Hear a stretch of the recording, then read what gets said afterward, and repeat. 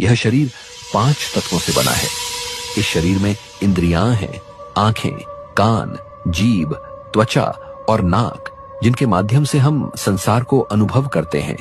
इंद्रियां शरीर से श्रेष्ठ हैं, मन इंद्रियों से श्रेष्ठ है, लेकिन मन भी तब तक शक्तिशाली है जब तक तुम उसे नियंत्रित नहीं करते।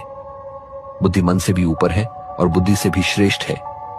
आत्मा, हम सोचते हैं कि इंद्रियां ही सब कुछ हैं, लेकिन इंद्रियां तो केवल साधन हैं। इन्हें चलाता है मन। मन को दिशा देती है बुद्धि। और इन सब से ऊपर है आत्मा, जो न देखी जाती है, न सुनी जाती है, लेकिन अनुभव की जा सकती है।